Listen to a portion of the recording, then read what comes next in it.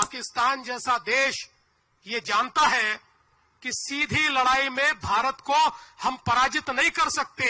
दिल्ली के बम विस्फोट जैसा एक विस्फोट करके फिर एक बार अपने प्रेजेंस को दिखाने का प्रयास वो करते हैं। इनके इरादे तो भारत के हर कोने में इसी प्रकार से बम विस्फोट करने के थे। मुंबई सहित कई हमारे देश के शहर इनके टारगेट पर थे। हम सभी लोग जानते हैं कि हमला ताज और ट्राइडेंट पे नहीं था।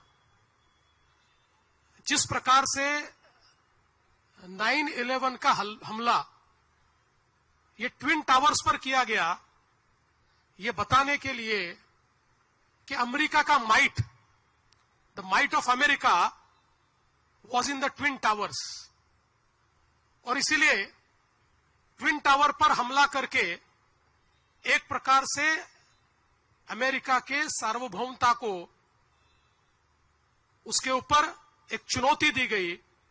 उसी प्रकार से ताज या ट्राइडेंट ये केवल होटल नहीं थे, यहां पर इंटरनेशनल कम्युनिटी रहती थी, यहां पर काउंसिलेट्स के लोग रहते थे।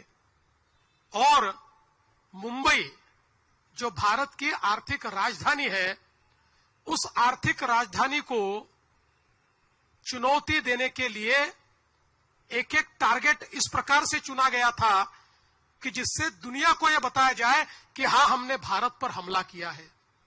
यह हमला मुंबई पर नहीं था, यह होटल पर नहीं था, यह हमला भारत की सार्वभौमता पर था।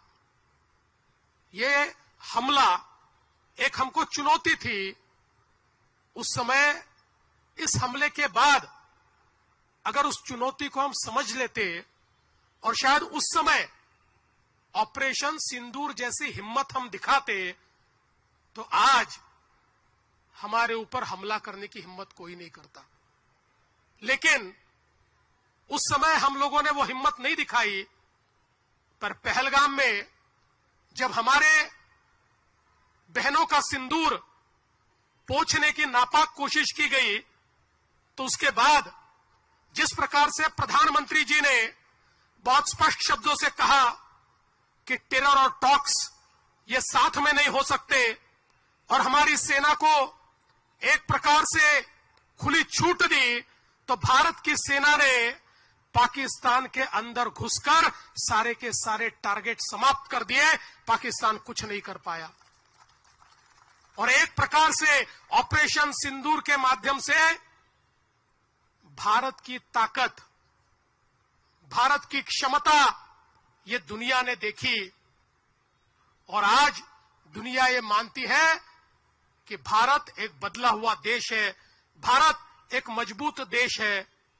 लेकिन ये लड़ाई समाप्त नहीं हुई, क्योंकि अब पाकिस्तान जैसा देश ये जानता है कि सीधी लड़ाई में भारत को हम पराजित नहीं कर सकते। इसलिए एक छद्म युद्ध, एक सुनो इस प्रकार का युद्ध हमारे साथ लड़ने की कोशिश करता है। और फिर दिल्ली के बम विस्फोट जैसा एक विस्फोट करके फिर एक बार अपने प्रेजेंस को दिखाने का प्रयास वो करते हैं। लेकिन मुझे खुशी है कि आज बदला हुआ भारत है, जिस भारत ने पहले ही इन चीजों को भांपकर जिस प्रकार से ऑपरेशन किए और 3000 किलोग्राम आरडीएक्स को जब्त किया, वरना इनके इरादे तो भारत के हर कोने में इसी प्रकार से बम विस्फोट करने के थे। और मुंबई सहित कई हमारे देश के शहर इनके टारगेट पर थे। लेकिन जब भारत की हमारी एजेंसीज ने इसको भांप लिया और उन पर सीधे हमला बोला, तो दिल्ली में उन्होंने एक विस्फोट करके अपने प्रेजेंस को दिखाया। और इसीलिए हम ये कहना चाहते हैं कि खतरा लगातार जारी है, क्योंकि अब पाकिस्तान जानता है हमसे लड़ नहीं सकता। तो इस प्रकार से कोई ना कोई घटना करके और पूरे विश्व में अपने प्रेजेंस को दिखाने का काम और भारत के खिलाफ इस प्रकार से साजिश करने का काम वो करते रहेंगे। और इसीलिए मैं कहना चाहता हूं, हम सभी को अलर्ट होना पड़ेगा, सजग होना पड़ेगा। सभी को देश के आंख के रूप में, देश के कान के रूप में काम करना होगा और देश की जबान में हमको बोलना पड़ेगा। उसी इरादे से आज का एक कार्यक्रम यहां पर आयोजित हुआ है। मुझे बहुत खुशी है कि सदानंद दाते जी, जो आज एनआईए के चीफ है, आज उनका यहां पर सत्कार होने वाला है।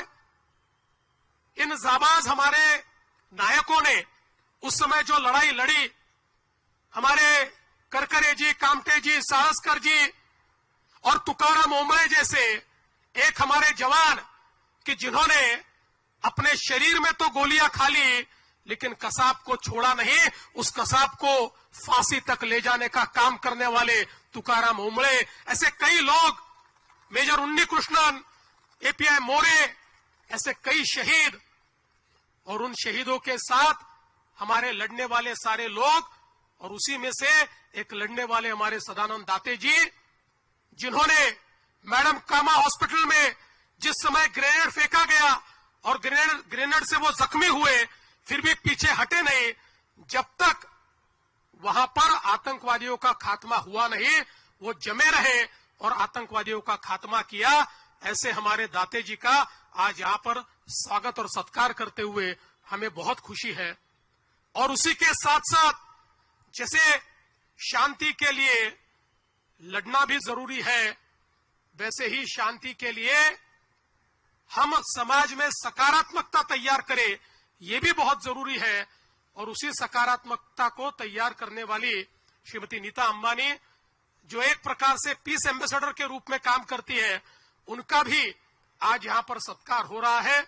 हमारे युवाओं को कल्चर और स्पोर्ट्स के माध्यम से एक सकारात्मक दिशा उन्होंने दी है, इसलिए उनका भी सत्कार, ये मैं ऐसा मानता हूं, एक बहुत सकारात्मक इस प्रकार की पहल है।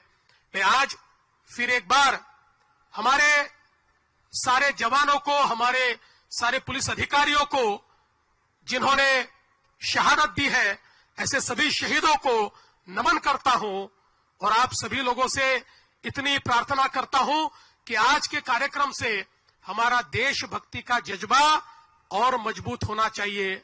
कोई दीवार हमें अलग नहीं कर सकती, हम एक है तो हम सेफ हैं। इस वाक्य के साथ हम लोगों को आगे बढ़ना पड़ेगा, क्योंकि क्या कभी किसने सुना है सूर्य छिपता तिमिर भय से, क्या कभी सरिता रुकी है बांध से बन पर्वतों से, जो न रुकते मार्ग चलते चीर कर सब कंटकों को, वर्ण करती कीर्ति उनका छोड़ कर सब असुर दल को, ध्येय मंदिर के पथिक को कंटकों का ही सहारा, राष्ट्रभक्ति ले हृदय में हो खड़ा यदि देश सारा, संकटों पर मात कर यहाँ राष्ट्र विजयी हो हमारा। इस विजय की संकल्पना के साथ हम लोग अपने अपने घर जाए, यही निवेदन करता हूं। फिर एक बार दिव्यज का बहुत बहुत अभिनंदन करता हूं और अपने शब्दों को विराम देता हूं। जय हिंद, जय महाराष्ट्र, भारत माता की जय।